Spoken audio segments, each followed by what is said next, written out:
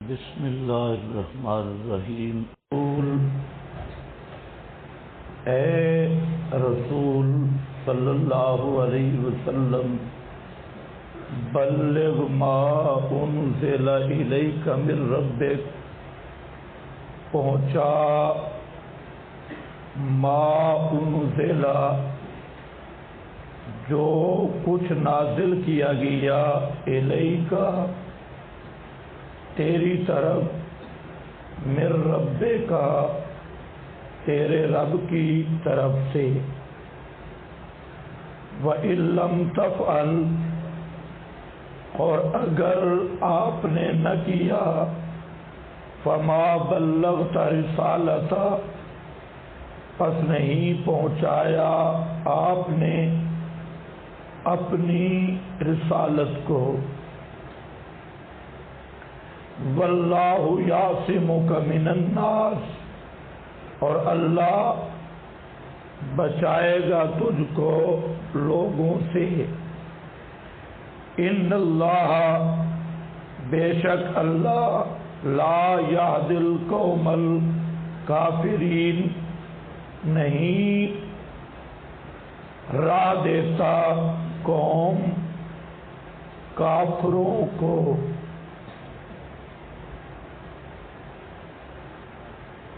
یا ایھا الرسول، اے رسول، بلغ ما انزل الیک، اس آیت کا نام ہے آیت تبلیغ۔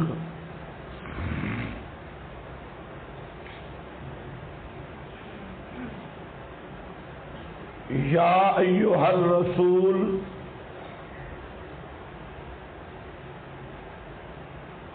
نبی کریم صلی اللہ علیہ وسلم کو جو خطابات ہیں یہ کئی قسم پر ہیں۔ سب سے زیادہ یا ایھا النبی کا عنوان ہے، اور یہاں پر دو مقام ایسے ہیں جہاں یا ایھا الرسول کا عنوان اختیار کیا گیا،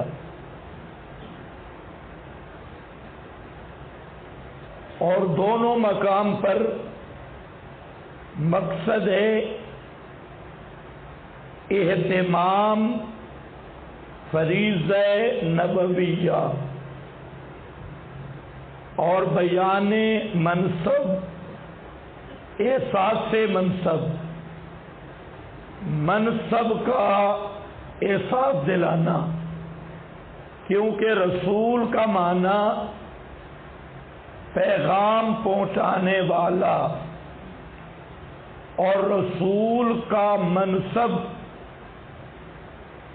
پیغام الہی کو امانت دیانت کے ساتھ مخلوق تک پہنچانا اور صاف کر کے پہنچانا۔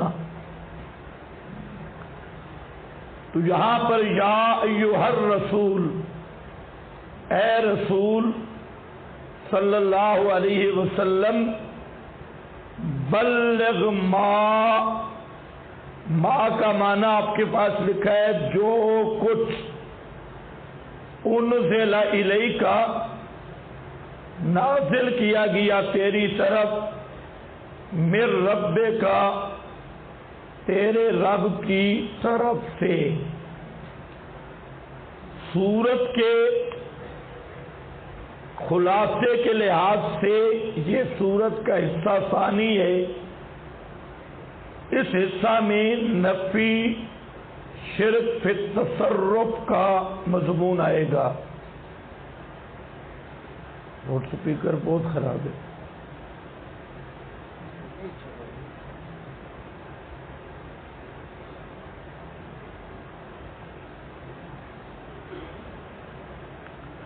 بلغ کے نیچے لکھا ہے فریضہ نبویہ، ما انزل الیک من ربک وَإِن لَّمْ تَفْعَلْ، کہ نیچے لکھا ہے اگر بالفرض والمحال، لم تفعل کے اوپر لکھا ہے جمیعہ، نصفی کا حوالہ ہے اگر بالفرض والمحال آپ نے تمام ما انزلہ نہ پہنچایا، فما بلغتا ثمرہ عدم تبلیغ، پس نہیں پہنچایا آپ نے اپنی رسالت، اپنے پیغام کو۔ فضا بلغتا کے نیچے لکھا ہے فَإِن كَتَمْتَ شَيْئًا مِّنْهُ، اگر ایک چیز بھی آپ نے چھپا دی، فَمَا بَلَّغْتَ رِسَالَتَهُ، اوپر عبارت ہے هَذَا تَعْذِيبٌ لِلنَّبِي، یہ تعذیب ہے نبی صلی اللہ علیہ وسلم کے لیے، وَتَعْذِيبُ تعذیب لحملۃ العلم من امتہ،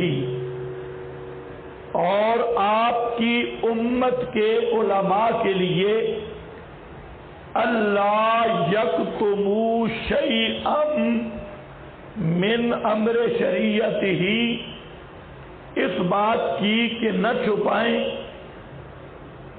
شیئا کوئی چیز، من امر شریعتہ آپ کی شریعت کے امر میں سے۔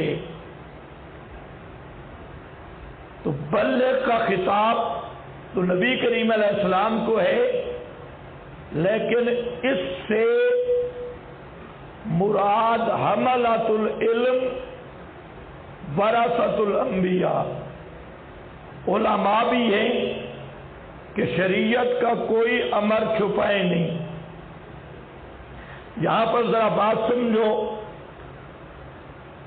کہ بلغ ما انزل الیک،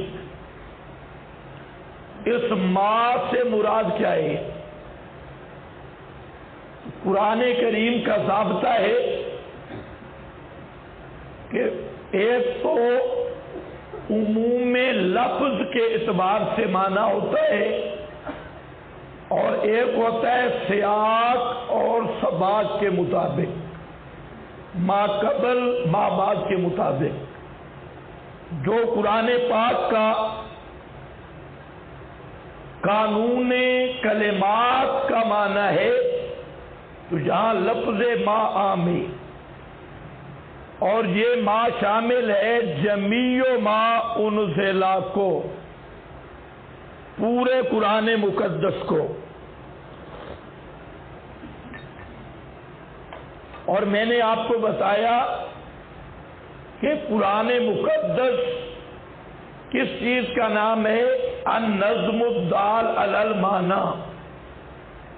تو اس لحاظ سے ضمناً بیان رسول بھی ہوگا، لیکن ما انزلہ کا اصل مصداق اور اصل مدلول صرف قرآن ہے، اور جو بیان رسول ہے وہ ضمناً ہوگا، بالاصالت نہیں۔ منکرین حدیث وہ صرف یہ مفہوم لے کر اس کا معنی غلط کرتے ہیں کہ یہاں ما انزلہ سے مراد قرآن ہے، حدیث کو شامل نہیں۔ ہم کہتے ہیں یہ ٹھیک بات ہے، ما انزلہ سے مراد صرف قرآن ہے، لیکن قرآن کس چیز کا نام ہے؟ النظم الدال علی المعنی، وہ نظم جو معنی پہ دال ہے۔ تو پھر یہ ماننا پڑے گا کہ بالاصالت قرآن ہی مراد ہے، لیکن التزاماً کہہ لو اور لازمی نتیجہ کے طور پر بیان رسول بھی مراد ہوگا، چاہے وہ بستبا ہو، التزامن ہو، جو بھی ہو، کیونکہ بغیر بیان رسول کے تعطل آئے گا قرآن مقدس پر عمل میں، تو پھر اس بلے کا کیا معنی ہوگا؟ وہ اصل قرآن نہیں اور اس کے تابع ہو کر بیان ہے، بیان رسول جس کو آپ حکمت سے تعبیر کر لیں یا حدیث سے تعبیر کر لیں یا سنت سے تعبیر کر لیں، تعبیر جو بھی اختیار کرے، اتنی بات اٹل ہے کہ اس بیان کو بھی سب ان ماننا پڑے گا۔ تو بلغ ما انزل الیک من ربک، ما عام مراد جمیع ہے۔ اس پر آپ کے پاس حوالہ جات لکھی ہے، لیکن ایک بات سمجھیں، امت میں دو طبقے ایسے گزرے اور آج بھی ہیں جن کا یہ دعویٰ ہے، ایک فرقہ باطنیہ جس کے سرغنہ حسن بن صبا گزرے، اور اس فرقہ باطنیہ یہ بھی شیعوں کا ہے، انہوں نے یہ دعوت دی کہ قرآن پاک کا ایک ظاہر ہے اور ایک باطن ہے۔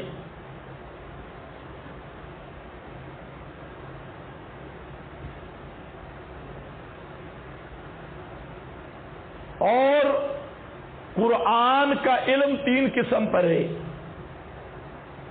ایک قرآن کا علم ہے جو آپ صلی اللہ علیہ وسلم نے عامت الناس کو پڑھایا، ایک علم ہے قرآن پاک کا، اب ٹھیک ہے، ایک علم ہے قرآن پاک کا جو آپ صلی اللہ علیہ وسلم نے خواص کو پڑھایا، اور ایک علم ہے قرآن پاک کا جو آپ نے صرف اہل بیت کو پڑھایا، اخص الخواص کو پڑھایا۔ تین طرح کے علوم ہیں۔ اس پر انہوں نے کہا کہ قرآن کا ایک ظاہر ہے اور ایک باطن ہے۔ تو بلغ ما انزل میں ظاہر کو پہنچانا ہے اور باطن کو چھپانا ہے، اس کو امر بالتبلیغ میں وہ شامل نہیں۔ اس پر پورے فرقہ باطنیہ حسن بن صبا اور ان کے بعد کرامتیہ، کرامتہ، اور اس کے بعد آج یہ فرقہ آغا خانی کے نام اور اسماعیلیوں کے نام سے مشہور ہے۔ آغا خانی یہ پاکستان میں بھی ہے اور اسماعیلی بھی۔ اب ان کا دعویٰ کیا ہے کہ قرآن کا ظاہر اور ہے اور قرآن کا باطن اور ہے۔ اس پر مستقل بات ہے، میں نے صرف عنوان بتانا ہے۔ اس فرقہ سے آگے اہل سنت میں ایک دوسرا فرقہ چلا جو حقیقت میں باطنی تھے، اور یہ جو حسن بن صبا ہے یہ سب سے پہلا شخص ہے جس نے خود کچھ حملے شروع کیے، خود کچھ سلجوقی حکومت کے خلاف حسن بن صبا، اور سلجوق میں اسلامی حکومت کے خلاف انہوں نے زبردست حملے کیے، مصر کو فتح کیا، حتیٰ کہ کعبۃ اللہ پہ حملہ کیا، حجر اسود کو وہاں سے اکھیڑ کے اپنے ساتھ مصر میں لے گئے، کافی عرصہ تک وہاں رکھا۔ یہ ایک بہت بڑا شیعہ کا بدماش فرقہ ہے، آغا خانی، اسماعیلی اور باطنی، کرامتہ، یہ سب انہی کے نام ہیں۔ تو اس سے آگے چلا صوفیوں کا ایک گروہ، انہوں نے کہا کہ ایک شریعت ہے اور ایک حقیقت ہے. شریعت ظاہر ہے اور حقیقت اصل ہے. ایک چھلکا ہے، ایک اصل پھل ہے. بادام کا چھلکا اور اندر اصل اس کا بیج، اصل دانہ، وہ کہتی ہے یہ شریعت. اس کی مثال چھلکے کی ہے، اور جو حقیقت ہے یا طریقت ہے وہ اصل وہ پھل ہے. اس پر انہوں نے پھر روایات جمع کی ہیں. کوئی روایت حضرت ابو ہریرہ والی کہ قرآن پاک کی ہر آیت کا ظاہر و باطن، اس کا ظاہر ہے اور باطن ہے. اور ایک وہ حدیث جس میں حضرت ابو ہریرہ فرماتی ہے کہ میں نے علم کے بیاعین 2 برتن آپ سے بھرے، ایک برتن فبسطتہ، اس کو میں نے پھیلا دیا، اور اگر دوسرا برتن والا علم پھیلاؤں تو میری یہ رگ کاٹ دی جائے، یہ رگ کٹ جائے. یہ بخاری مسلم میں بھی ہے، سیاستہ میں. تو اس کو صوفیاء نے بنیاد بنایا اور انہوں نے کہا کہ دیکھو جی، ایک ظاہر شریعت اور ہے اور حقیقت اور ہے، اور اس پر کئی فتنے پیدا ہوئے.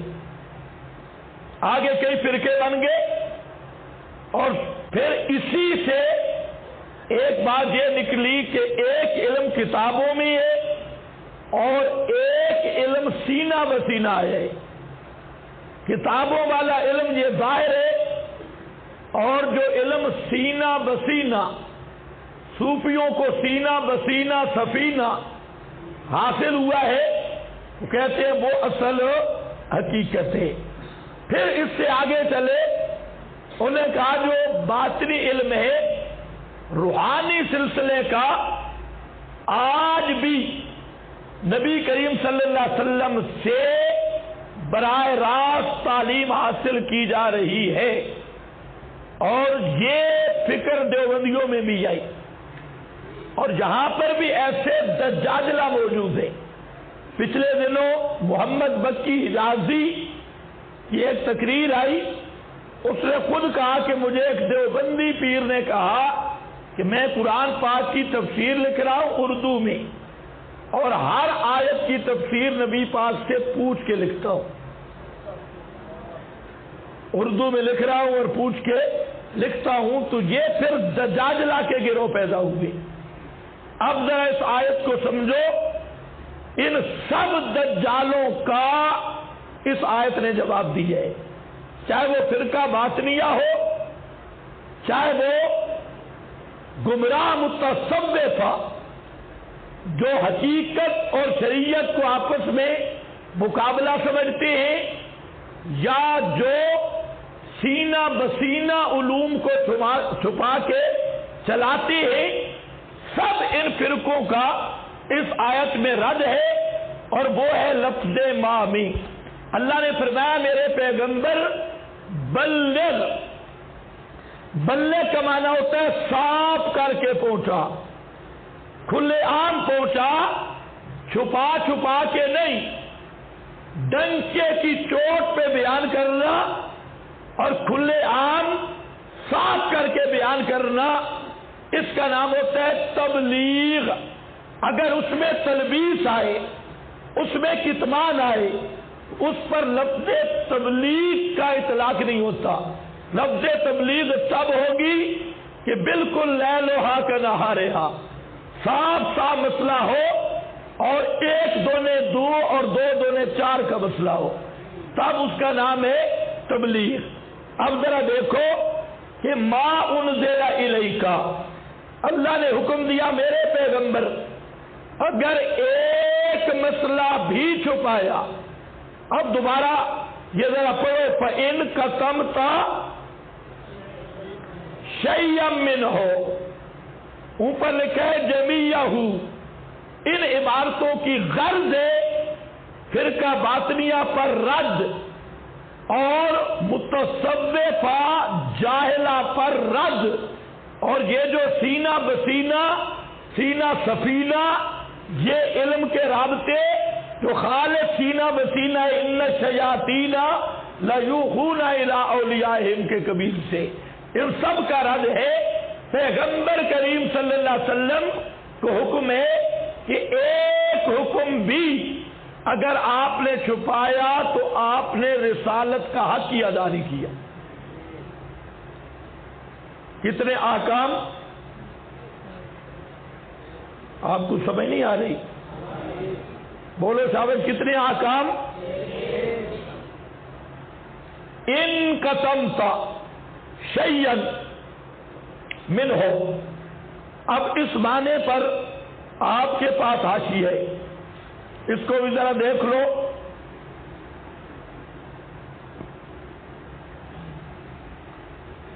یہ پہلا حوالہ ہے بخاری شریف کے حوالہ سے، فائدہ نمبر 1، عن عائشہ، حضرت عائشہ رضی اللہ تعالی عنہا سے روایت ہے، قالت من حدثک ان محمدا صلی اللہ علیہ وسلم کاتم شیئا مما انزل اللہ، فرماتی ہے من حدثک، جو شخص آپ کو خبر دے، ان محمدن، یہ کہ محمد صلی اللہ علیہ وسلم نے کاتم شیئا، ایک چیز بھی چھپائی ہے، شیئا کوئی ایک چیز بھی چھپائی، مما انزل اللہ، اس سے جو اللہ نے نازل کی، فقد کذب، تحقیق اس نے جھوٹ بولا، تحقیق اس نے جھوٹ بولا، ایک چیز بھی چھپائی۔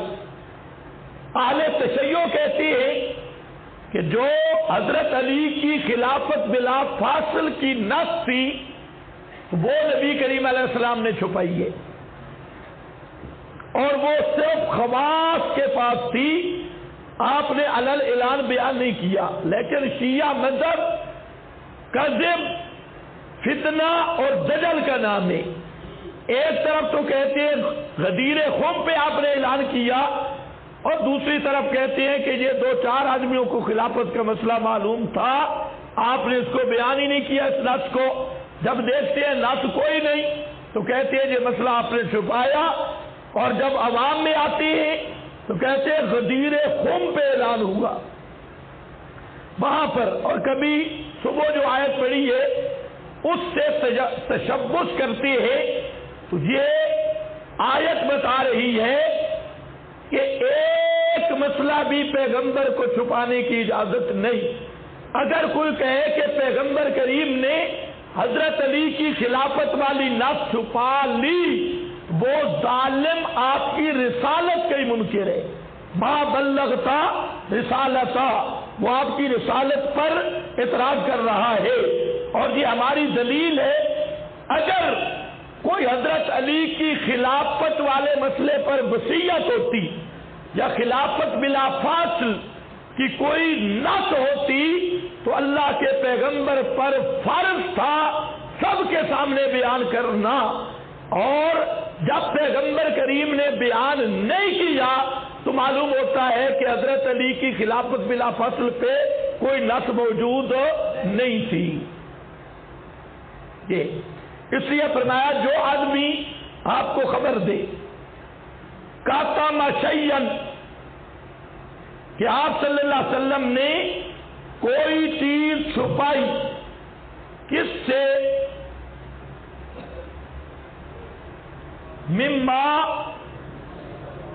مما انزل اللہ فقد کذب، اگر کوئی صوفی کہے وہ بھی جھوٹ بولتا ہے، اگر رافضی کہے قد کذب وہ بھی جھوٹ بولتا ہے، کوئی باطنی کہے قد کذب وہ بھی جھوٹ بولتا ہے۔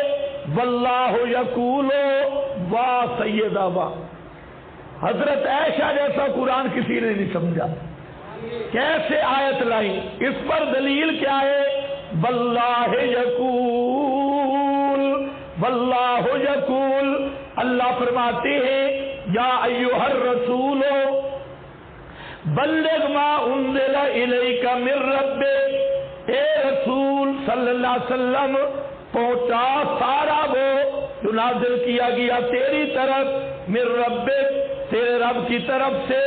بخاری شریف 4612 رقم الحدیث، بزادہ قالت، اور اس پر بڑھایا دوسری روایت میں بلو کان محمد قاتما شیئا، اگر محمد صلی اللہ علیہ وسلم کوئی چیز وہی سے چھپانا چاہتے یا چھپا سکتے ہوتے یا چھپانے والے ہوتے، مما انزل علیہ لکتم ھذہ الآیہ، تو اس آیت کو چھپاتے، اذ تقول للذی انعم اللہ علیہ وانعمت علیہ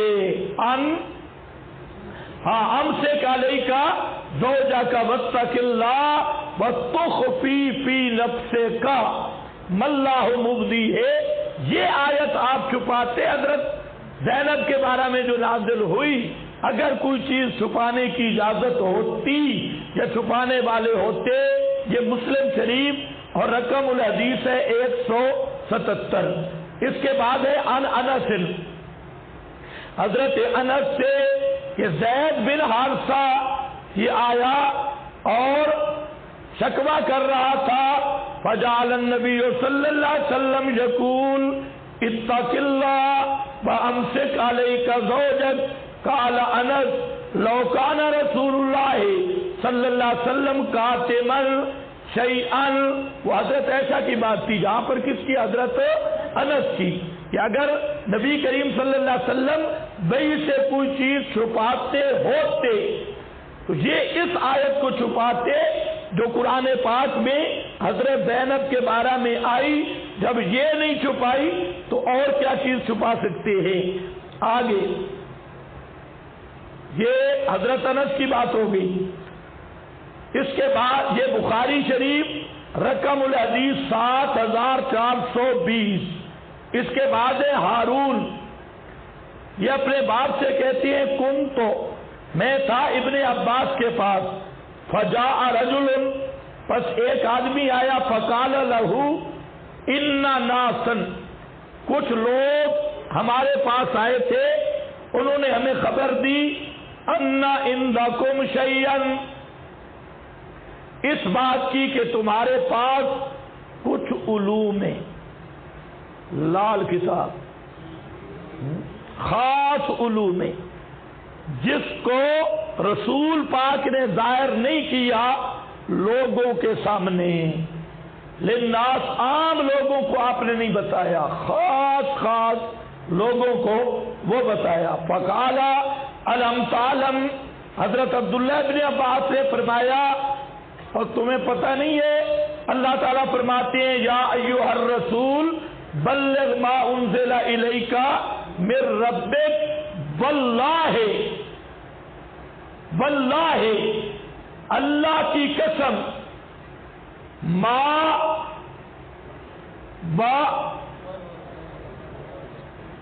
کیا ہے لفظ؟ ہاں، نہیں وارث کیا ہم کو رسول اللہ صلی اللہ علیہ وسلم نے سودا کا بیضا میں، روشنی میں سودا کا وارث نہیں کیا، یعنی کوئی ایک نکتہ بھی ایسا نہیں جو آپ صلی اللہ علیہ وسلم نے ہمیں چھپ کر بتایا ہو، خفیہ بتایا ہو، سودا خفیہ کیا ہو۔ آپ نے پورا دین بیان کیا ہے، بیضا سب کے سامنے روشن کر کے، چھپا کے کوئی علم آپ نے نہیں دیا۔ یہ ہے حضرت عبداللہ ابن عباس اور ابن ابی حاتم۔ اس کے بعد حدیث ہے سئلہ علی، حضرت علی سے سوال ہوا، یہ وہی چونکہ یہودی آ رہے تھے، سبائی یہودی، ان کے پاس دلیل نہیں تھی تو انہوں نے پراپاگنڈا کیا، بھائی جو اہل بیت ہے نا ان کو کوئی خاص علم دیا گیا ہے، خاص صدری نسخے ہیں ان کے پاس اور خصوصی علوم میں، اس پر سئل علی، حضرت علی سے سوال ہوا، حل خصکم رسول اللہ صلی اللہ علیہ وسلم بشیء، کیا خاص کیا تم کو رسول اللہ صلی اللہ علیہ وسلم نے بشیء کسی چیز کے ساتھ؟ یار حدیث کے لفظ دیکھو، بشیء عام، حضرت علی سے پوچھا گیا کوئی ایسی چیز کہ رسول پاک نے آپ لوگوں کو کہی ہو، بتلائی ہو اور باقیوں کو نہ بتلائی ہو، کوئی چیز بشیء؟ فقالا، اب مسئلہ ہوتا خلافت کا، حضرت علی کہتے وصیت والا مسئلہ ہے، یہ بعض ایسی چیزیں ہیں جو ہم بیان نہیں کر سکتے، کچھ نہ کچھ، لیکن صحابہ سب صاف دل والے تھے۔ آج کا کوئی مولوی سے پوچھو نا بھی کوئی خاص علم بھی ہے تو سارا تو تھوڑا ہی بتایا جاتا ہے، خاص علم وہ بیگ میں رکھا ہوا ہے۔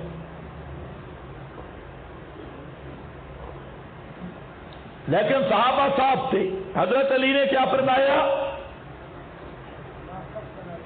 ما خصنا رسول اللہ صلی اللہ علیہ وسلم بشیء، آپ نے ہمیں کسی چیز سے خاص نہیں کیا جو لوگوں کو نہ بتائی ہو، سب لوگوں کو، الا کتابا فی قراب سیفی، ہاں ایک خط ہے میرے پاس، یا کتاب سے مراد یہ نہیں ہے، ایک خط ہے اور وہ بھی میری تلوار کے قراب اس میں ہے اور کوئی چیز نہیں۔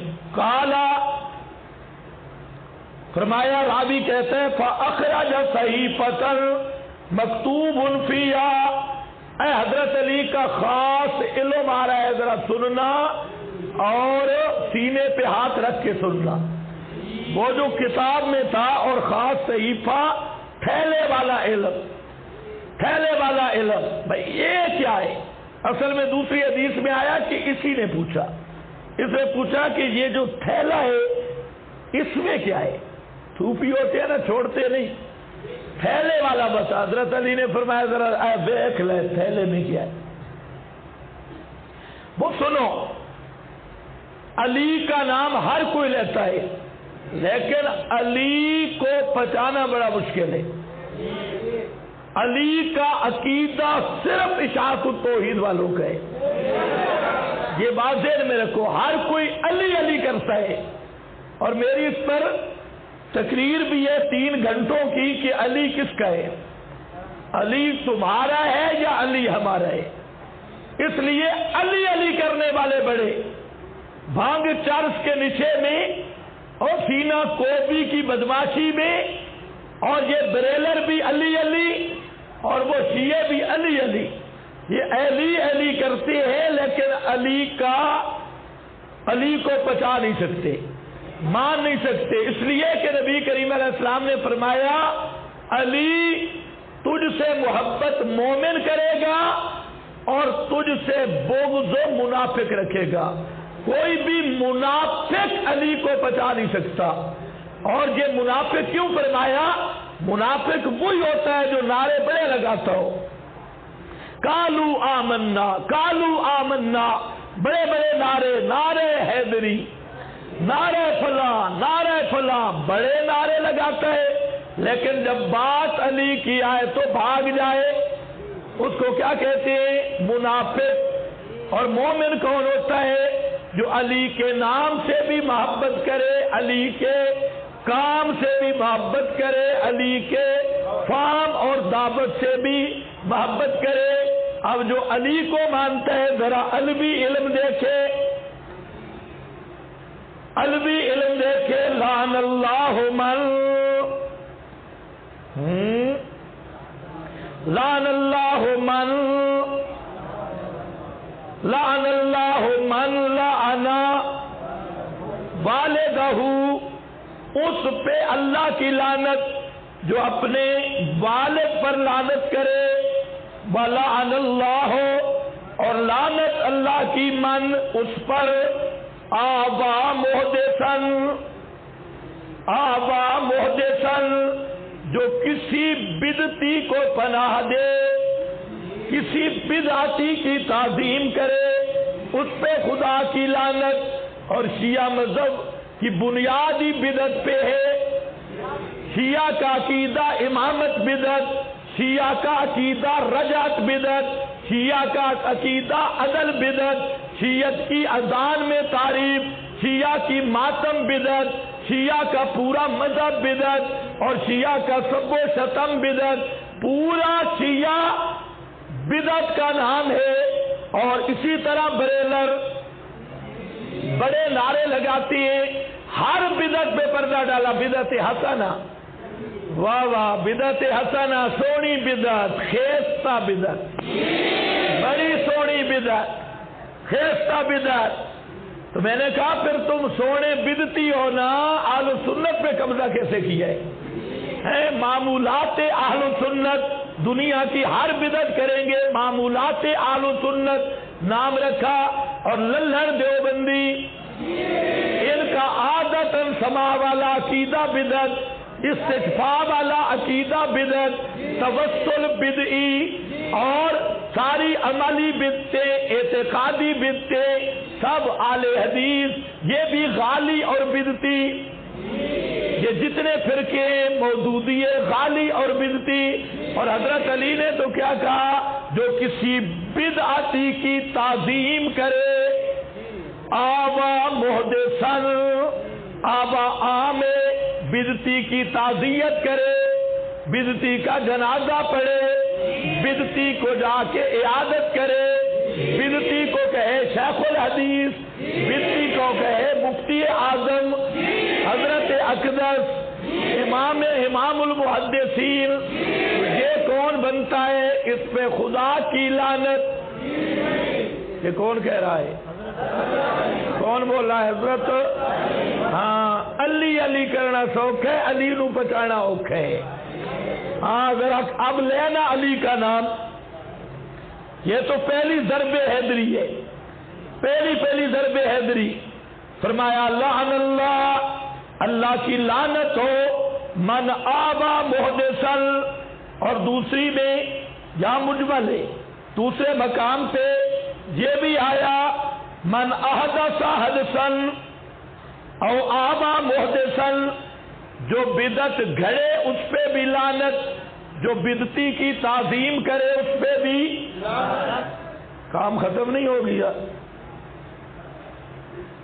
یہ آخری معراج ہے، تبلا تبرا ولعن اللہ ہو، آگے بھی سن لو علوی علوم، ولعن اللہ ہو، اور صحیفے میں یہ بھی تھا اللہ کی لعنت ہو کس پر؟ من ذبح لغیر اللہ، جو غیر اللہ کے نام کا بکرا چھترا ذبح کرے، 11ویں 12ویں چھٹی، اور بابے کے نام کا کالا ککڑ، چٹا ککڑ، اس کو ذبح کرے، اس پہ خدا کی لعنت۔ آپ ذرا نعرہ حیدری لگانے والے بولے ہیں، تازی ثبوت کی نظریں ماننے والے وہ لعنتی، بڑی امام سلطان باؤ علی حجویری کے نام پہ دیگے پکانے والے وہ لعنتی، تازی ثبوت حضرت حسن حسین سینک، بی بی فاطمہ الزہرا اور بی بی پاک کے نام کی سینکے اور سیبیاں اور حلوے، یہ سارے کرنے والے، ان پہ خدا کی لعنت ہو۔ ان کے نام پہ بکرے چھترے دینے والے، ان پر خدا کی لعنت ہو۔ یہ کون کہہ رہے حضرت؟ یہ دوسری ضرب حیدری ہے۔ اب لگاؤ نعرہ حیدری، ہے پتہ چلے نعرے ایسے لگاتے ہیں نا پورا قبضہ کیا ہوا ہے۔ اور حضرت علی کی پتہ ڈیوٹی کیا تھی؟ نبی کریم علیہ السلام کے صحابہ میں سے ہر ایک صحابی کی ایک ڈیوٹی تھی، لیکن حضرت علی کی ڈیوٹی کیا تھی؟ پوچھو ان ملنگوں سے بھی، رضاخانیوں سے بھی، کہ دربار نبوت میں حضرت علی کا عہدہ کیا تھا اور ڈیوٹی کیا تھی؟ سنو، حضرت علی کی ڈیوٹی تھی مزاروں کو گرانا. ہر صحابی کی ایک ڈیوٹی تھی، لیکن حضرت علی کی ڈیوٹی تھی مزاروں اور اونچی قبروں کو گرانا. اور یہی ابو الحیاج الاسدی جو فوج علی کا کمانڈر ان چیف ہے، اس کی حضرت علی نے ڈیوٹی لگائی. اور ڈیوٹی کن لفظوں میں لگائی؟ حضرت علی فرماتے ہیں کہ اللہ کے رسول نے میری ڈیوٹی لگائی تھی اللہ تدا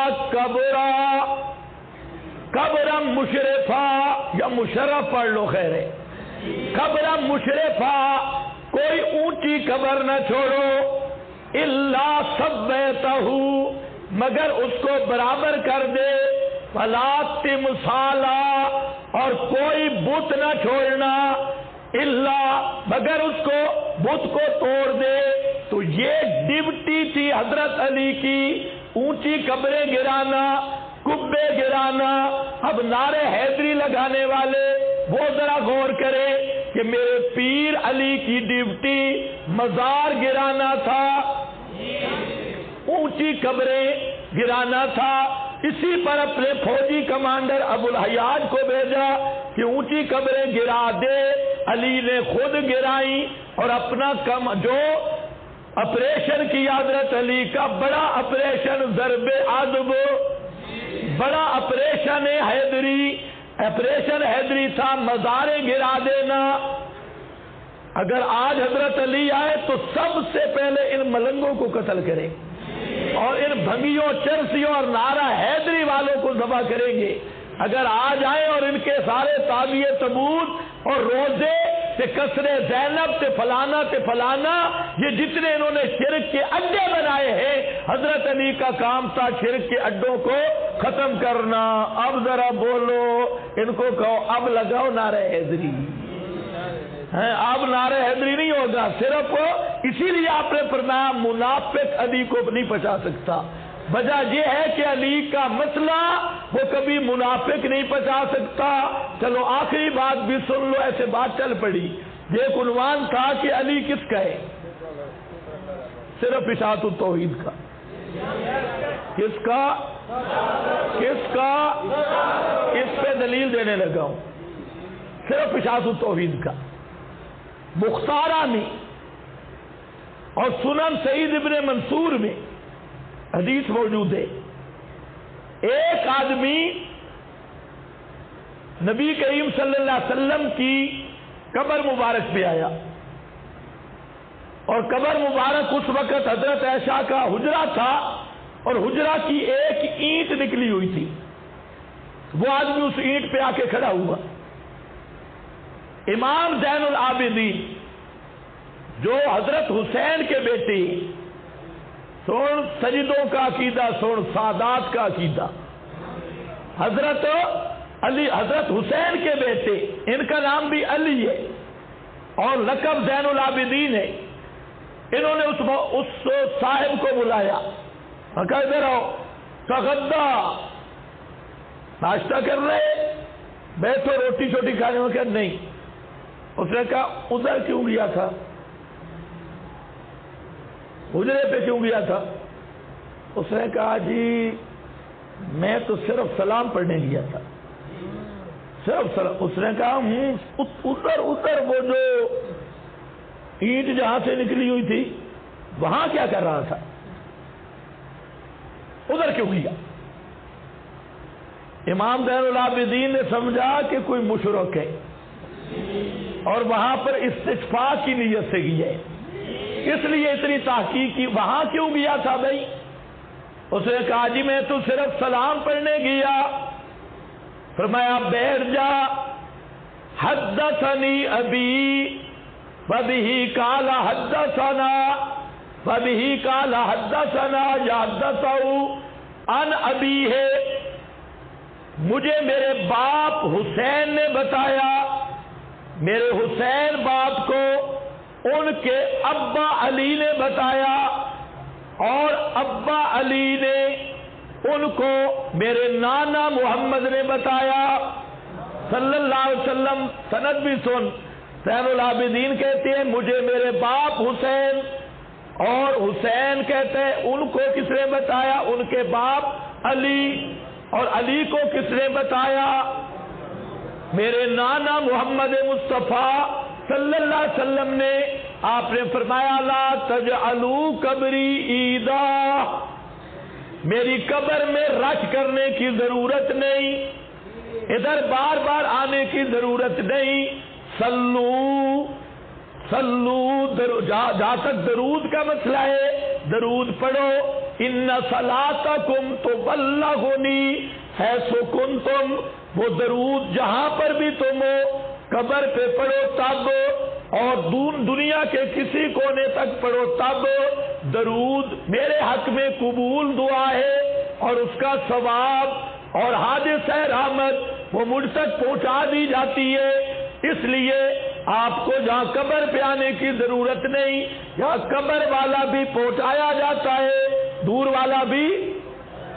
اور پہنچنے کا معنی میں نے کیا، اس پر بھی حدیث موجود ہے کہ وہ جو ثواب اور رحمت ہے وہ مجھ تک پہنچائی جاتی ہے، تو جہاں آنے کی ضرورت نہیں۔ صوفی آگے پھر کھڑا ہو گیا، اس نے کہا جی میں تو سلام پڑھنے آیا تھا، اور تو کوئی کہا۔ حضرت زین العابدین نے فرمایا سونا صوفیہ، ما انتم ومن بالاندلس الا سوا، پیغمبر کی قبر پہ سلام پڑھنا اور ایک آدمی اندلس شہر میں پڑھے دونوں برابر ہیں۔ پیغمبر کی قبر پہ کوئی سلام پڑھے یا اندلس شہر میں پڑھے، ما انتم ومن بالاندلس الا سوا۔ ابن عبد الحادی اس روایت کو لکھ کر الصارم المنکی میں فرماتی ہیں اس طرح کی صحیح الاسناد حسن سند کی روایتیں جو دلت علی انہ لا یسمع الصلاۃ من یصلی علیہ، جو دلالت کرتی ہے صاحب کہ نبی کریم علیہ السلام قبر پہ بھی درود پڑھنے والوں کا درود سنتے نہیں۔ اور یہ مسئلہ کہاں سے آیا؟ علی سے۔ مسئلہ کہاں سے آیا؟ حضرت علی سے۔ سادات کا عقیدہ اگر وارے میں ہے تو ان کو کہو پچا لو۔ خیر القرون میں سادات نے بیان کیا، اور 14ویں صدی میں ہمارے پیر و مرشد سید عنایت اللہ شاہ جو سچا سید تھا، حقیقی سید تھا، تو سید نے وہی مسئلہ بیان کیا جو حضرت حسین نے کیا، علی نے کیا، پیغمبر نے کیا، امام زین العابدین نے کیا۔ کہتے ہیں 1957 سے پہلے مماتی تھے ہی نہیں، لعنتی ہے بے ایمانہ۔ زین العابدین 1957 سے پہلے گزرا ہے، بعد میں گزرا ہے۔ خیر یار بات ادھر ہو گئی۔ آؤ، میں نے کہا علی کو پہچانا بڑا مشکل ہے۔ اب دیکھو، من ذبح لغیر اللہ بلان اللہ من سرک منار الارض، یہ بھی زمینداروں کو بتا دو۔ جو زمین کے نشانات بدلے، بردیاں اور بننے ٹپے، اس پہ بھی خدا کی لعنت، یہ بھی اس صحیفے میں تھا۔ السنہ لعبداللہ ابن احمد، رقم الحدیث 1253۔ اس کے بعد سال رجل علی حل کانا، ایک آدمی نے پوچھا حضرت علی سے یا رسول اللہ صلی اللہ علیہ وسلم یسر الیکا بشیء، کوئی خاص راز کی بات آپ کو بتائی، دون الناس، جو ابو بکر و عمر عثمان کو نہیں بتائی، دوسرے لوگوں کو نہیں بتائی۔ آگے دیکھنا ہے فغاضب علی، غاضب علی و علی با، حضرت علی غصے ہو گئے، غاضب علی غصے ہوئے، حتی مر وجہہ، حتیٰ کہ علی کا چہرہ سرخ ہو گیا۔ یہ ہوتے ہے دین کی غیرت، دین کی غیرت خوش اور سرخ ہو گیا۔ قیامت کے دن ان نعرہ حیدری والوں کو جب دیکھیں گے تو پتہ نہیں کیا حال ہوگا۔ جو دنیا کا جھوٹ بولتا ہے، جو بکواس کرتا ہے، تو کہتے ہیں بس سند معتبر از امام محمد جعفر صادق، بسند معتبر، ہر جھوٹ پہ بسند معتبر، از امام محمد جعفر از فلاں. دیکھو غضب علی حتی حمر وجهه وقال ما كان يسر الی شیئا دون الناس. اللہ کے رسول نے کوئی چیز مجھ سے نہیں چھپائی جو دوسرے لوگوں کو نہ بتائی ہو. آگے اسی طرح ہے. اسی طرح آگے آیا عن ابن عباس، یہ نسائی کی حدیث ہے اور اس میں 4422 رقم الحدیث. اس کے بعد ابن عباس، حضرت عبداللہ ابن عباس فرماتی ہیں ان رسول اللہ صلی اللہ علیہ وسلم خطب الناس یوم النار فقال یا ایھا الناس. آپ نے یوم نحر خطبہ دیا اور آپ نے اعلان کیا ایو یوم ھذا، یہ خطبہ حجۃ الوداع کا. اس میں آپ نے فرمایا لوگوں یہ آج کون سا دن ہے؟ قالوا یوم الحرام المعزز دن ہے. قال فایو بلد ھذا، یہ شہر کون سا ہے؟ قالوا بلد حرام، انہوں نے کہا بڑا معزز شہر ہے. قال فایو شہر ھذا، آپ نے پوچھا یہ مہینہ کون سا ہے؟ قالوا شہر حرام، بڑا معزز مہینہ ہے. قال فإن دماءکم واموالکم واعراضکم، آپ نے فرمایا تمہارے خون، تمہارے اموال، تمہاری عزتیں تم پر حرام ہے. کا حرمت یومکم ھذا، اس دن کی حرمت کی طرح، فی بلدکم ھذا، اس شہر مکہ جیسی معزز جگہ پر، فی شہرکم ھذا، اور اس حج والا مہینہ اس مبارک مہینے کی طرح. فأعادها مرارا، آپ نے بار بار یہ تقریر کی. ثم رفع رأسه فقال اللہم هل بلغت بلغ، اللہم هل بلغت. آپ نے جواب بنایا صحابہ کو کہ کیا میں نے پوری تبلیغ کر دی، میں نے مسئلہ پہنچا دیا؟ بلغت، اللہم هل بلغت. ابن عباس کہتے ہیں کہ فوالذی نفسی بیدہ، اللہ کی قسم، فوالذی، پس قسم اس ذات کی جس کے قبضے میں میری جان ہے، انہا لوصیتہ الی امتہ، یہ آپ کی وصیت تھی امت کی طرف. اور وہ کیا فرمایا؟ فلیبلغ الشاہد الغائب، میں نے پورا دین بیان کر دیا. حجۃ الوداع مجمع عام میں آپ نے اعلان کیا، اور دوسری حدیث میں صاف لفظ ہے کہ سب صحابہ نے بیک زبان اعلان کیا قد بلغتا، اللہ کے رسول آپ نے تبلیغ کا حق ادا کر دیا اور پورا قرآن ہم تک پہنچا دیا. آپ جب یہ کہا تو آپ نے فرمایا پھر سنو جو یہاں موجود ہے اس کو وصیت یہ ہے کہ یہ پورا دین غائبین کو پہنچا دے. یہ وہی وصیت چلی ہے، اور جو یہ آج ہم بیٹھے ہیں اسی وصیت پہ عمل کر رہے ہیں. وہی وصیت جو آپ نے کی تھی، پورا دین پہنچا دو، چھپاؤ نہیں. فَلْيُبَلِّغِ الشَّاهِدُ الْغَائِبَ، بخاری شریف اور رقم الحدیث 1739. ابن عباس فرماتے ہیں قال رسول اللہ صلی اللہ علیہ وسلم ایھا الناس اسمعوا قولی، اے لوگوں میری بات کو توجہ سے سننا. یہ بھی حجۃ الوداع کا اقتباس ہے، آخری حج کا. اسمعوا قولی فإنی لا ادری لعلی لا القاکم بعد یومی ھذا، ہو سکتا ہے کہ پھر ملاقات نہ ہو، اس کے بعد پھر ملاقات نہ ہو. کس کو کہہ رہے ہیں؟ صحابہ کو، خیر القادری کو ہو جاتی ہے، ہاں صوفی سرور کو بھی ہوتی رہی. اور یہ بڑے بڑے دجاجلہ یہ کہتے ہمارے اب بھی باطنی رابطے ہیں. ہے شیطانوں کے شیطانوں، پورے دین کو برباد کیا.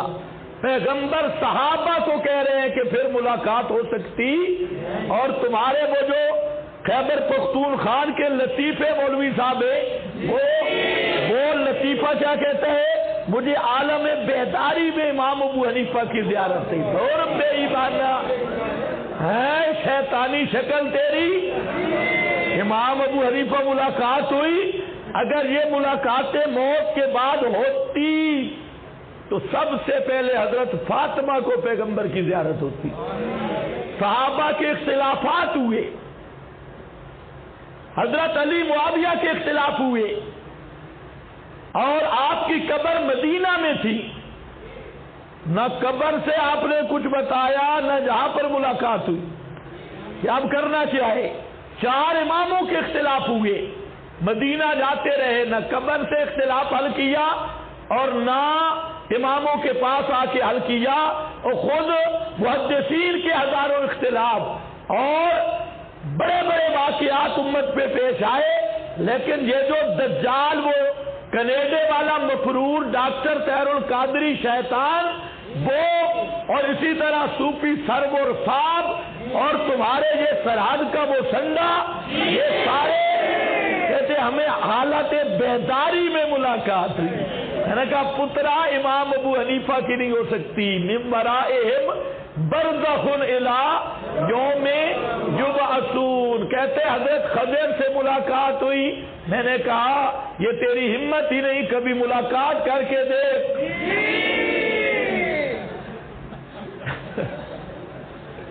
حضرت خضر سے میری ملاقات ہوئی. ذرا کرنا. جو خضر دنیا میں ہے اس کا نام سن کے تیرا وضو ٹوٹ جاتا ہے.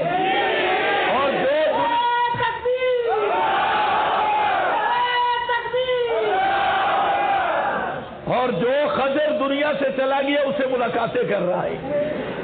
تو اس چھوٹے خضر سے ملاقات نہیں کر سکتا، بڑے سے کیسے کرتا؟ تو اس لیے ایسے بکواس بازی کرتی ہے. پیغمبر نے کیا فرمایا؟ لا القاکم بعد یومی ھذا. اور دوسری روایت میں لا اراکم بعد عامی ھذا. اس سال کے بعد میں آپ کو دیکھ نہیں سکوں گا. یہاں پر القاکم بعد عامی ھذا بعد یومی ھذا، اصل عبارت جو ہے نا حدیث کی، یہاں پر یہ راوی کا تصرف ہے. اصل عبارت جو دوسری سند سے آ رہی ہے وہ لفظ لا القاکم بعد عامی ھذا، لا اراکم بعد عامی ھذا، دیکھ نہیں سکوں گا. یا ایھا الناس، آگے وہی ہے. فذکر الخطبۃ الی قولہ، آپ نے خطبہ بیان کیا اور کیا؟ ایھا الناس، میرے اے لوگوں میری بات کو سمجھو. فإنی قد بلغت وترکت فیکم، میں نے پہنچا دیا اور چھوڑا تم میں سے. ایھا الناس ما ان تمسکتم بہ، جب تک تم اس کو مضبوطی سے تھامے رہو گے. فلن تضلوا ابدا، کبھی تم گمراہ نہیں ہو سکتے. وہ کیا ہے؟ فضائل اعمال شریف، المہند شریف، احسن الفتاوی شریف. کیا چیز ہے؟ دو چیزیں چھوڑ کے جا رہا ہوں، جب تک مضبوطی سے تھامو گے گمراہ نہیں ہوگے. وہ کیا ہے؟ کتاب اللہ. کتاب اللہ مسلم کے لفظ اولہما کتاب اللہ. پہلی چیز اللہ کی کتاب ہے. یہ کہتے ہیں کتاب اللہ تو سمجھ ہی نہیں آتی، 18 علوم چاہیے.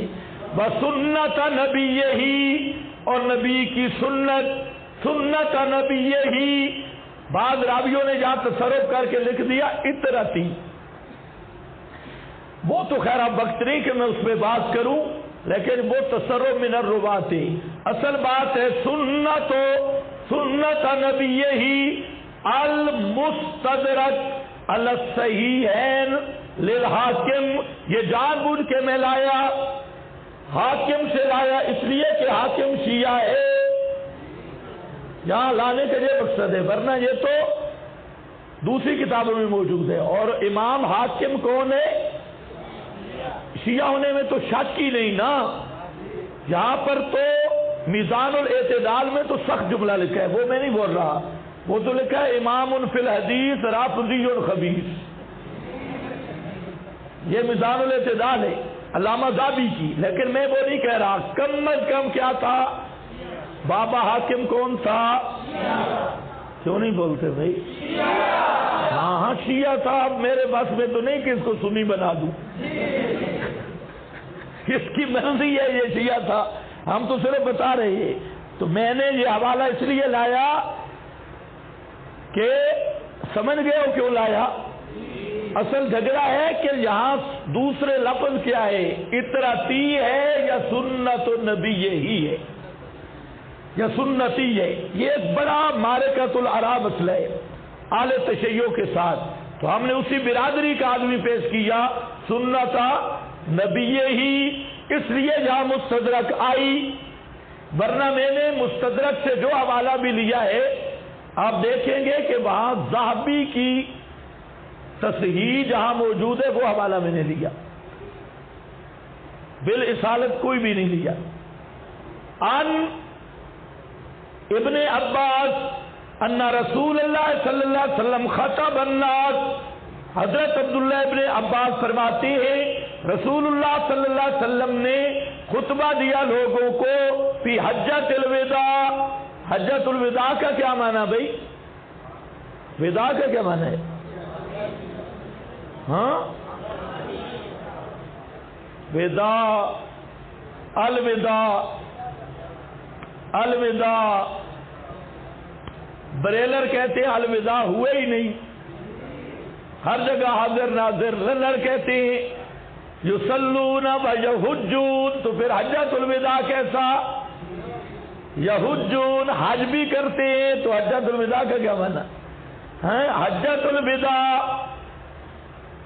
فقال یا ایھا الناس، فرمایا او لوگو انی قد ترکت فیکم، تحقیق میں چھوڑ کے جا رہا ہوں تم میں ما ان اعتصمتم بہ، جب تک ان کو چنگل لگاؤ گے، مضبوطی سے تھامے رہو گے، فلن تضلوا ابدا، کبھی گمراہ نہیں ہو سکتے۔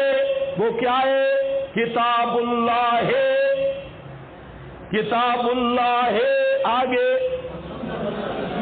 حدیث و نبی ہی، کیا ہے؟ سنت و نبی ہی، کتاب اللہ اور سنت۔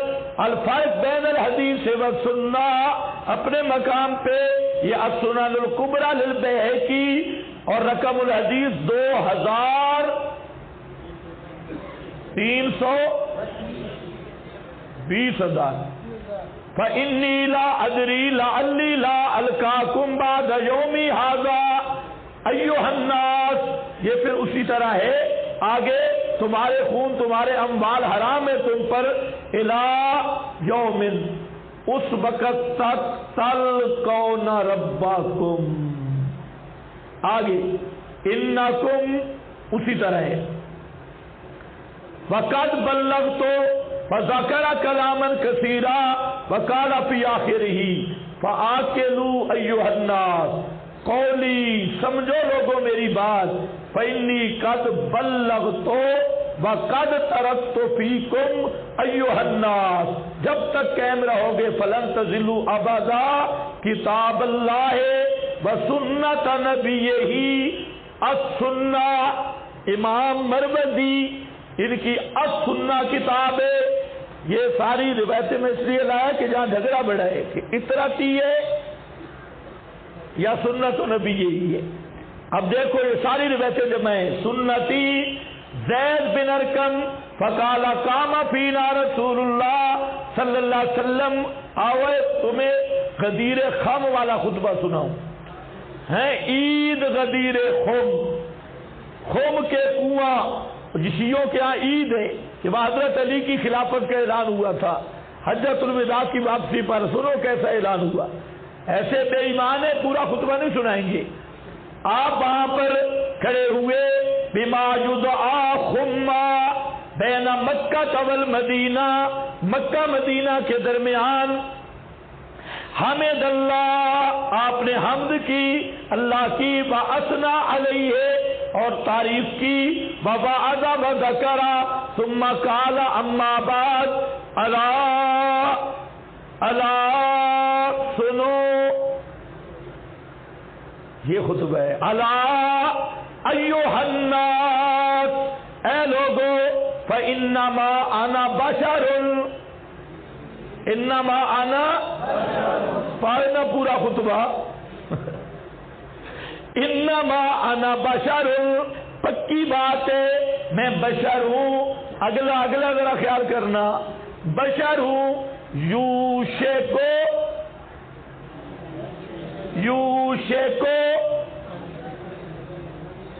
ہو سکتا ہے ان یاتی رسول ربی فاجیبا ان قریب آ جائے میرے رب کا فرشتہ اور میں جواب دوں قبول کروں یہ کون سا فرشتہ ہے روح لے جانے والا فرشتہ اور جو بے ایمان کہتے ہیں روح نکلی کوئی نہیں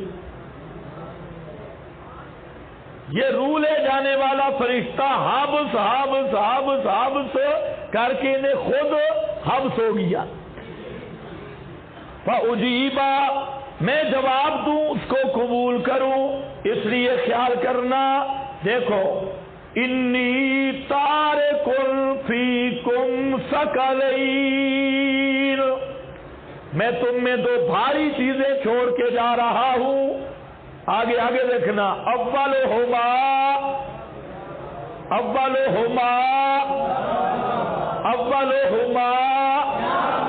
فتوحات صفدر میں ماسٹر اکاڑوی کے مناظرے وہاں کہتے ہیں اولہما کتاب اللہ جھوٹ ہے کسی حدیث میں نہیں ہے اولہما کتاب کسی حدیث میں نہیں ہے کسی حدیث میں نہیں ہے ایسا سنو کسی حدیث میں نہیں ہے اولہما کتاب اللہ ان دو میں سے اول نمبر کس کا ہے مولوی کہتے ہیں اول نمبر المحنت کا ہے اول نمبر شیخ کا ہے اول نمبر بابے کا ہے اول نمبر شیخ الحدیث کا ہے اول نمبر پیر طریقت کا ہے پیغمبر نے کیا فرمایا اولہما کتاب اللہ اول یہ ہے اشاعت التوحید کی بنیاد ہم کیا کہتے ہیں اول نمبر کیا ہے ہمارے اکابر کیا کہتے ہیں اول نمبر کیا ہے ہم اکابر پرستی کی دعوت نہیں دیتے اکابر کے احترام کی دعوت دیتے اکابر پرستی نہیں اکابر کے احترام ہر وہ آدمی جو اشاعت التوحید کا نام لے گا ہم ہر اس آدمی کا احترام کریں گے بشرطے کے ڈنڈی نہ مارے اولہما کتاب اللہ فیہ الہدی والنور فتمسکوا بکتاب اللہ وخذوا بہ سنن الکبری للبیہقی 2896 ابو عوانہ 2677 اور صحیح مسلم مختصر صحیح مسلم 1657 مسند دارمی یہ سنن مسند دارمی 3635 اور فرمایا انی تارک فیکم الثقلین اولہما کتاب اللہ یہ کس میں آیا صحیح ابن خزیمہ 2357 صحیح مسلم 2408 مسند احمد 19265 مسند عبد ابن حمید 2265 مسند بزار 4336, مسند دارمی 3359، سنن الکبریٰ یہ 8119، اور صحیح ابن خزیمہ شرح السنہ، ان سب کتب میں اولہما کتاب اللہ کی صراحت موجود ہے۔ کہتے ہیں اول وہاں کتاب اللہ جھوٹ ہے۔ تمسک بالکتاب کا حکم ہے موجود ہے، اور اہل بیت کے حق میں خیر خواہی کرنے کا حکم دیا گیا۔ بقیہ بعض درس میں سماعت فرمائے، میں نے کیا کہا وہ کہ اطرتی نئی سنتی ہے، اور جہاں اطرتی کی بات ہے تو وہ ہے اکرام اہل بیت، لیکن یہ بات آئے گی اہل بیت کہتے کس کو ہے، ان کو یہ بھی نہیں پتا اہل بیت کہتے کس کو، یہ ایک بات ہے، ابھی اس کا وقت نہیں ہے۔ تو اب یہاں تک میں نے اس آیت کا پہلا معنی بیان کیا، بلغ ما انزل، اس سے مراد کیا ہے؟ پورا قرآن، پورا قرآن، ایک حکم بھی چھپائیں تو ما بلغتا رسالتا، یہ الزام آئے گا۔ اب دوسری بات پہ آؤ۔ دوسری بات یہ ہے کہ سیاق کو سباق کے اعتبار سے اتنا زور کیوں دیا گیا؟ بلغ ما انزل ان لم تفعل فما بلغتا رسالتا، وہ کون سا مسئلہ ہے؟ اس لیے ذرا سنو، یہ آیت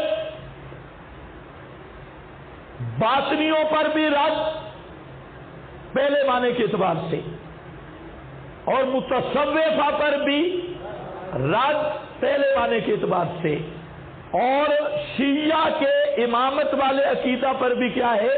رد ہے کہ اگر وہ نص ہوتی تو آپ پر پہنچانا فرض تھا۔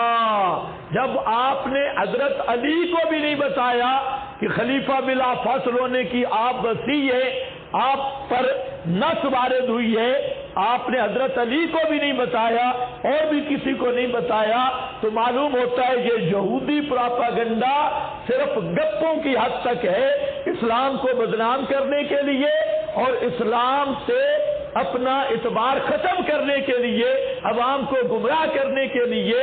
تو حضرت علی خود ابو بکر صدیق کو خلیفہ بلا فاصل مان گئے، حضرت حسن حسین خلیفہ بلا فاصل مان گئے، سارے ائمہ خلیفہ بلا فاصل مان گئے، اور حضرت صدیق کو خلیفہ بلا فاصل خود پیغمبر کے اشارات اور قرآن کی بشارات میں موجود ہے، پیغمبر کے اشارات میں موجود ہے۔ ہم کہتے ہیں کہ خلافت منسوخ نہیں ہوتی لیکن موعود ضرور ہے۔ مسئلہ خلافت منسوخ نہیں لیکن کیا ہے؟ موعود من اللہ، وعد اللہ، موعود من اللہ ہے، اور وہ خلفائے ثلاثہ حضرت علی کی خلافت ہے۔ اب دیکھو شیعہ کو پتا تھا، شیعہ کی طرح چلاکی بھی دیکھو، یا پتا تھا بھئی ہمارا پورا مذہب کا بیڑا غرق ہے، انہوں نے ایک روایت چلائی، اور جتنی جھوٹی روایات ہیں ان کا اگر آپ تلاشی لیں تو پیچھے شیعہ بیٹھے، جتنی قرآن کے خلاف سازشیں ہیں پیچھے کون بیٹھے؟ شیعہ۔ یہاں پر روایت چلائی، اور پھر جو ہمارے پاس صوفی حضرات تھے نیک دل جیسے سالبی ہے اور بابا سیوطی ہے، انہوں نے اپنی کتابوں میں لائی، اور وہ روایت یہ ہے کہ اصل عبارت یوں تھی، بلغ ما انزل الیک من ربک خلافت علی۔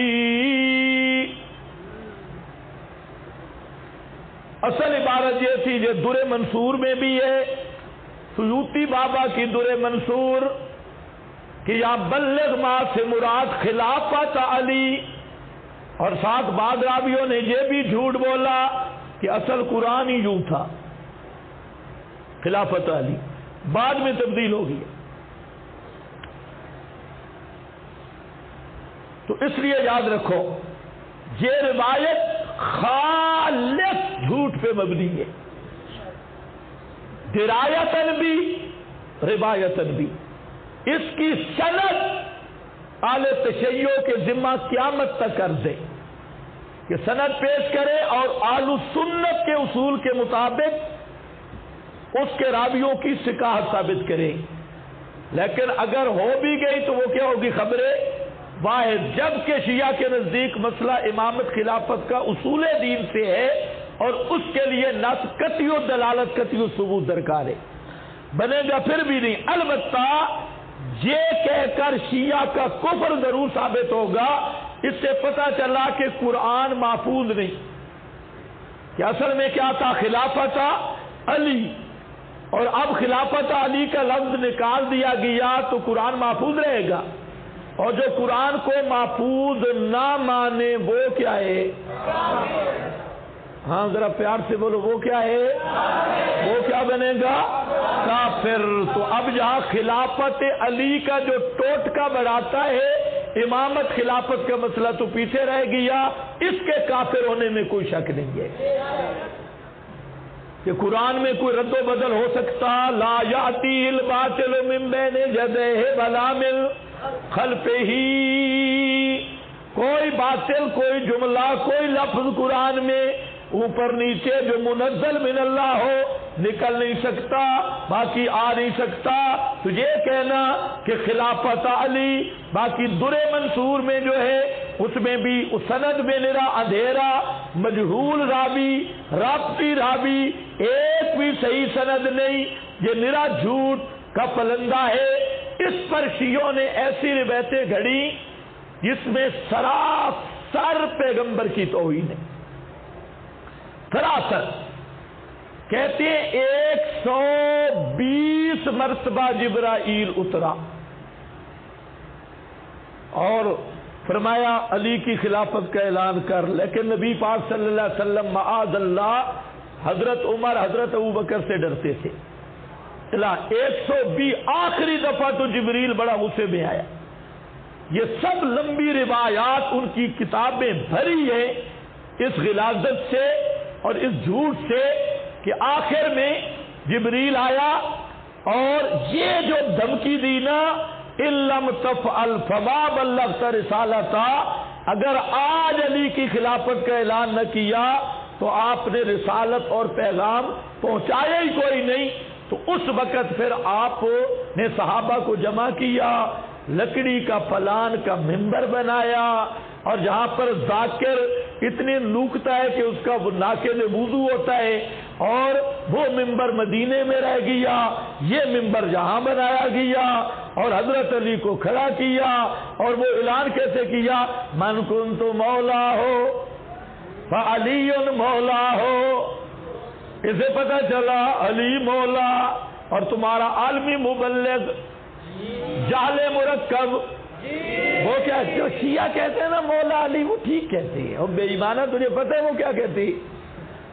جو شیعہ کہتے ہیں وہ ٹھیک کہتے ہیں، وہ کیا کہتے ہیں؟ وہ مولا کو خلیفہ بلا فاصل اور مشکل کشا کے معنی میں لیتے ہیں، جو خالص کفر ہے، اور الرضا بالکفر کفر، خیال کیا کرو۔ تو اس لیے وہ جو کہتے ہیں ٹھیک کہتی ہے۔ اب مسئلہ کیا ہے کہ 120 مرتبہ جبریل آیا، لیکن اعلان کیسے کیا؟ من کنت مولا ہو فعلی، پھر بھی آپ نے گول مول اعلان کیا۔ مولا کا معنی خلیفہ بلا فاصل کس نے کیا ہے؟ ان اللہ ہوا مولا ہو وجبریل ہو وصالح، اللہ بھی مولا، مولا کا معنی خلیفہ بلا فاصل کس نے کیا بھائی؟ مولا کے 17 معنی ہیں، خلیفہ بلا فاصل مولا کا معنی ہی نہیں ہے، ایسی گول مول بات۔ اور پھر وہ جو روایت ساتھ گانٹھی، اس پر بھی محققین کا تبصرہ تو ہے کہ سند ہی صحیح نہیں، لیکن زیادہ کرو سند حسن بن جائے، یار چلو صحیح بنے تو خبر واحد ہوگی، تو خبر واحد سے اصول دین کیسے ثابت ہوگا؟ قطعی ثبوت بھی نہیں اور قطعی دلالت بھی نہیں ہے۔ قطعی دلالت کیا؟ مولا، تو مولانا صاحب یہ خلیفہ بلا فاصل ہے۔ عجیب شبل مذہب ہے یہ، یہ خلافت ڈھونڈی جا رہی ہے.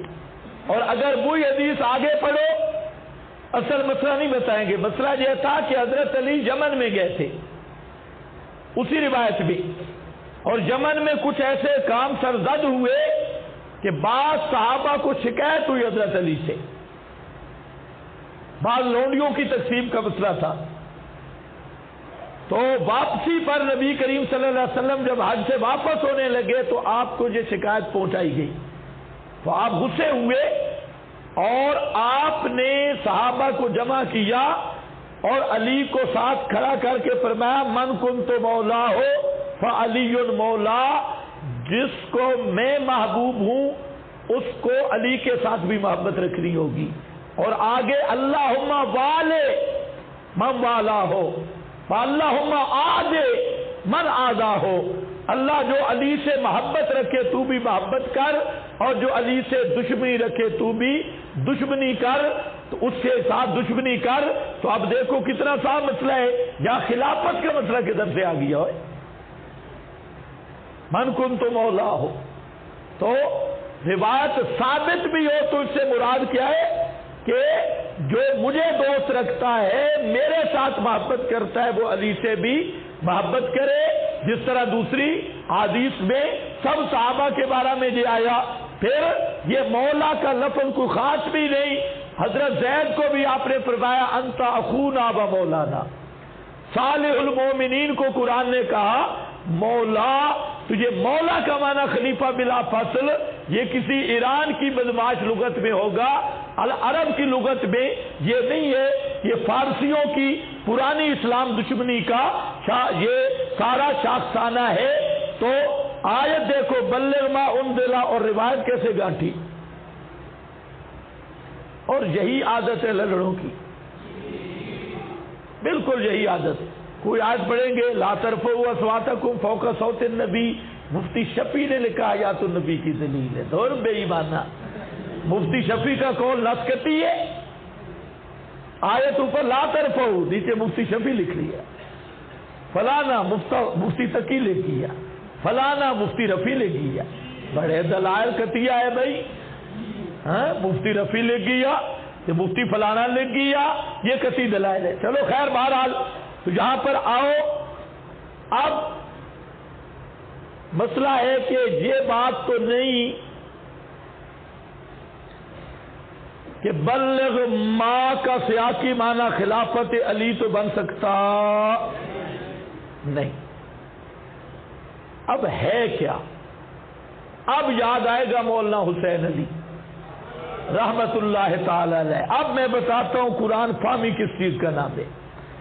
بلغ ما انزلا, مولانا فرماتے ہیں سیاق و سباق میں اتنا زور اس لیے ہے کہ آگے کھڑے ہیں 5 مسئلے, بالخصوص 4 مسئلے, ان کی تبلیغ کا حکم ہے. اور وہ مسئلے ایسے ہیں جن کا پہنچانا بڑا مشکل ہے, بڑا مشکل ہے, بڑا مشکل ہے. اس لیے یہاں تاکیدات ہیں. اور وہ 4 مسئلے کیا ہیں؟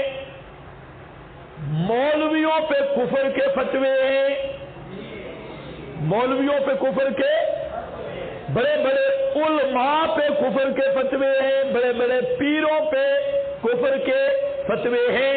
ایک ہوتا ہے عمومی فتویٰ, عمومی فتویٰ, وَمَنْ أَضَلُّ مِمَّنْ يَدْعُو مِن دُونِ اللَّهِ, یہ عمومی فتویٰ ہے. جو غیر اللہ کے پکارے وہ بڑا کافر ہے. اور اسی طرح وَيَوْمَ الْقِيَامَةِ يَكْفُرُونَ بِشِرْكِكُمْ, یہ جو سما کے عقیدے سے پکارتے ہیں یہ مشرک ہے. تو یہ عمومی فتویٰ ہے. اور ایک ہوتا ہے خصوصی فتویٰ. یہ خصوصی فتویٰ بڑا مشکل ہے. وہ ہوتا ہے مولوی کا نام لے کے اے پیری مشرک ہے, اے زلف بیکار بھی پورا دجال ہے, یہ کربوگے والا بھی شیطان اعظم. یہ جب فتویٰ لگے تو توبہ توبہ توبہ, یہ کام بڑا مشکل ہے. اس لیے یہ مسئلہ وہ بیان کر سکتا ہے جس کو اللہ توحید کی حلاوت نصیب کرے. یہ ہر خطیب کا یہ کام نہیں کتنا کھل کے فتویٰ لگائے، اور جب تک فتویٰ نہ لگے نا اور رولا شولا نہ پڑے تو مسئلہ کھلتا ہی نہیں۔ حضرت شیخ القرآن رحمۃ اللہ علیہ کہ دورہ سنو، اس میں فرماتے ہیں میں جب پنڈی آیا اکیلا تھا، اور یہ جو قلعے والی مسجد ہے یہ بھی گولڑے والوں کی تھی، ان کا امام بھاگ گیا، مجھے جمعے کی دعوت دی، میں نے جمعہ پڑھایا، انہوں نے کہا کہ مولوی صاحب جمعہ آپ پڑھائیں، اس میں کیونکہ انہیں مفت کا مولوی چاہیے تھا، پیسے دینے ذرا مشکل ہے، تو اس لیے شیخ نے کہا پیسے میں نہیں لوں گا، مسئلہ کتاب و سنت کا بیان کروں گا۔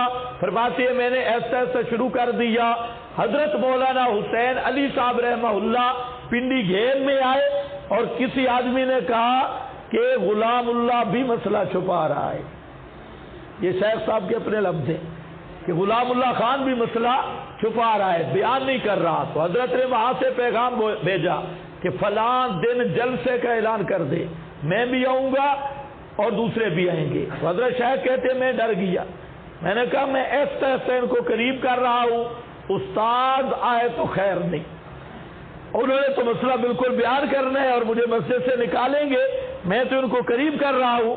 تو کہتے ہیں میں ڈر گیا، اللہ خیر کرے اب بنے گا کیا؟ تو استاد آگے، جلسے کا اعلان ہو گیا، اور سید عنایت اللہ شاہ صاحب، قاضی شمس الدین صاحب، مولانا عبدالرؤوف صاحب بچال والے یہ آگے۔ تو شیخ القرآن رحمہ اللہ فرماتے ہیں میں نے قاضی صاحب کو سمجھایا بھئی نواں ماحول ہی خیال کری، نیا ماحول ہے، مہربانی کرنا ہے۔ اور قاضی صاحب نے تقریر کی، مسئلہ شسلہ بیان کیا، حضرت صاحب بیمار تھے، چارپائی پہ لیٹے ہوئے تھے، اور بار بار کہتے مسئلہ کھلا نہیں، اور قاضی مسئلہ کھلا نہیں۔ پھر شاہ صاحب تقریر پہ گئے تو شیخ کہتے میں نے ان کو بھی کہا خدا کے لیے نئی جگہ ہے، یہاں پر کوئی فتوے شتوے یا دیکھ کر مسئلہ بیان کرنا۔ پھر مولانا حسین علی صاحب بار بار اٹھے، وہ بیمار تھے، چارپائی پہ لیٹے ہوئے تھے، کہتے یار مسئلہ نہیں کھلا، مسئلہ کھلا نہیں۔ شاہ صاحب نے تقریر کی، پیچھے مولانا عبدالرؤوف صاحب رہ گئے، تو مولانا حسین علی پنجابی میں کہتے ہیں چلو عبدالرؤوف اللہ راضی تھی بھی مسئلہ کھول دے، ہیں عبدالرؤوف تجھ پہ اللہ راضی ہو مسئلہ کھول کے بیان کر۔ مولانا عبدالرؤوف صاحب ہے، یہ شیخ کی تقریر سنا رہا ہوں، شیخ القرآن کی، کہتے آئے سٹیج پہ اور کہتے ہیں لوگوں بتاؤ ادھر بکرے کا گوشت پڑا ہے، ادھر خنزیر کا، مجھے پتہ ہے یہ بکرا ہے یہ خنزیر ہے، لوگ یہاں سے بھی لے رہے ہیں یہاں سے بھی لے رہے ہیں، اگر میں نہ بتاؤں تو مجرم ہوں یا نہیں؟ لوگوں نے کہا جی مجرم ہے، پھر کہا پھر سن لو گولڑے والا بھی کافر ہے اور سیال والا بھی کافر ہے۔ جب یوں شروع ہوئے تو لڑائی شروع ہو گئی۔ شیخ القرآن کہتے ہیں بڑی لڑائی ہوئی، زبردست لڑائی ہوئی، اور اگے شیخ کا جملہ سنو، کہتے ہیں میرا جھاکا اتر گیا، اتنی لڑائی ہوئی، جتنا کام ہوا ہے اس لڑائی کے بعد ہی شروع ہوا ہے، بڑی ڈنڈے چلے، چاقو چلے، بڑا کچھ چلا، لیکن کام بن گیا، پوری راہ بار ہو گئی۔ اس لیے صوفی بن کے لگے رہو نا، چوں چوں چوں کچھ بھی نہیں ہوتا۔ ایک دفعہ مسئلہ حق کو اور اس کو ڈنکے کی چوٹ پہ بیان کرو، کافر کو کافر کہو، مسلمان کو مسلمان کہو۔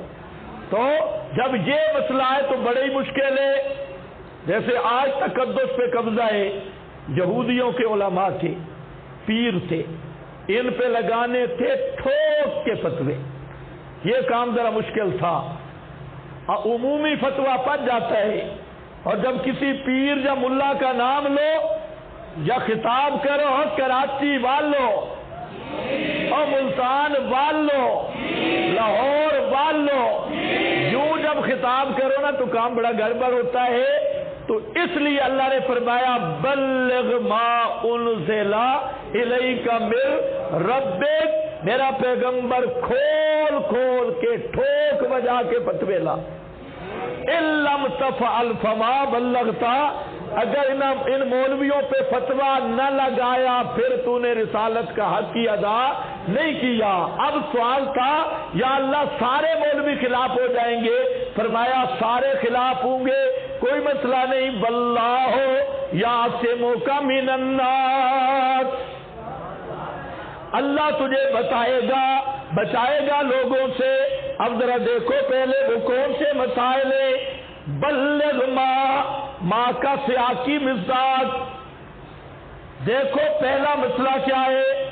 بلغ ما قل یا اہل الکتاب، یہاں سے شروع ہوتا ہے، قل یا اہل الکتاب، اے اہل کتاب۔ اوپر کیا لکھا ہے؟ مسئلہ اولا تبلیغ۔ خیال کرو میں اپنی تقریر نہیں کر رہا، یہ تقریر کس کی ہے؟ مولانا حسین علی، اور کس کی ہے؟ شیخ القرآن کی، کیونکہ یہ سن کر ابھی بھی بہت ساروں کے پیٹ خراب ہوئے، اتنی سختی کیونکہ انہوں نے سارے حلوے کھلا کر مزاج ہی خراب کر دیا۔ اب دیکھو قل یا اہل الکتاب، او ملا مولویو پیرو، لستم علی شیء، لستم علی دین یعتد بہ، کشاف بیضاوی تم نرے کافر ہو، نرے بے دی، اس طرح کر کے فتویٰ کو لگا سکتا ہے۔ او مولوی تم پکے کافر ہو، مفتی بیچارے پریشان ہو گئے۔